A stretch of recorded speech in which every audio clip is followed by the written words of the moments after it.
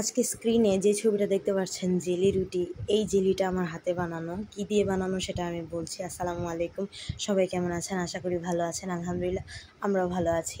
কেউ বলতে পারবেন এটা মূলত কি দিয়ে বানানো? এখানে কিন্তু আমি কোনো ফুড কালার ইউজ করি নাই, কিছুই ইউজ করি নাই, শুধু চিনিটা ইউজ করছি। এটা করম চা নামক একটা ফল দিয়ে তৈরি। করম চা অনেকেই চিনবেন, হয়তো অনেকেই চিনেন না।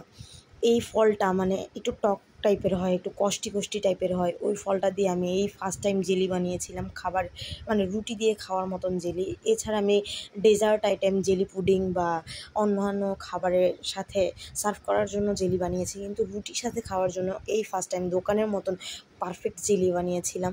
তো আমি এই রেসিপিটা বানাতে মানে ক্লিপ নিতে পারি না। আমার হাজব্যান্ড বলতেছিল, ফার্স্ট টাইম বানাচ্ছ, যদি খারাপ হয় তখন তো আরেকজন মানুষ তোমার থেকে দেখে ভালোটা শিখতে পারবে না। তুমি আগে ভালো করে বানিয়ে নাও, পরে বানানোর পরে যে এতটা পারফেক্ট হবে আমি সেটা কল্পনাও করতে পারিনি। তো যদি রেসিপি লাগে অবশ্যই আমাকে জানাবেন কমেন্ট করে, আমি অবশ্যই দেওয়ার চেষ্টা করব। আমি ফার্স্ট টাইম করম চা দিয়ে এইরকমভাবে এক্সপেরিমেন্ট করছি, যেটা মানে এত খেতে মজার ছিল বলার বাহিরে, টক মিষ্টি স্বাদের, খুব ভালো লেগেছে খেতে। যে করম চা দিয়েও যে এত কিছু বানানো যায় সেটা মানে না তৈরি করলে বোঝা যায় না। করম চা দিয়ে আমি মূলত জানতাম যে শুধু চেরি বানানো যায়, কিন্তু চেরির সাথে যে ফুড কালার ছাড়া জেলি বানানো যায়, তারপর পুডিং বানানো যায়, আরও বিভিন্ন ধরনের খাবার আইটেম বানানো যায়, সুইট আইটেমগুলো, সেগুলো আমি জানতামই না। তো আমি এগুলো সুন্দর করে পাউরুটির সাথে সার্ভিং করছিলাম বাচ্চাদের খাওয়ার জন্য এবং আমার জন্য। তো বাচ্চারা তো খেয়ে মাশাআল্লাহ এটা অনেক ভালো বলেছে। আমার হাজব্যান্ডও খেয়েছে। স্বাস্থ্যকর উপায়ে বাসায় বানিয়ে নিতে পারেন যে কোনো ফলের জেলি রুটি দিয়ে খাওয়ার জন্য বা ডেজার্ট হিসাবে খাওয়ার জন্য।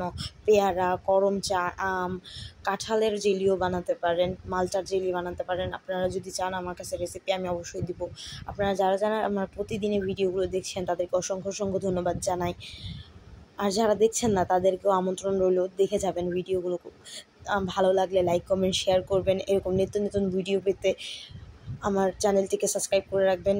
আর ফেসবুক থেকে দেখে থাকলে ফলো দিয়ে রাখবেন।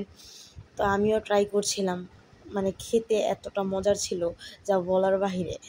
আমার হাজব্যান্ড রাতে খেয়েছিল, আমি সকালবেলা খেয়েছিলাম, তো খুব ভালো লেগেছিল আমার কাছে। তো যাই হোক, সবাই ভালো থাকবেন, সুস্থ থাকবেন। আল্লাহ হাফেজ, বাই বাই।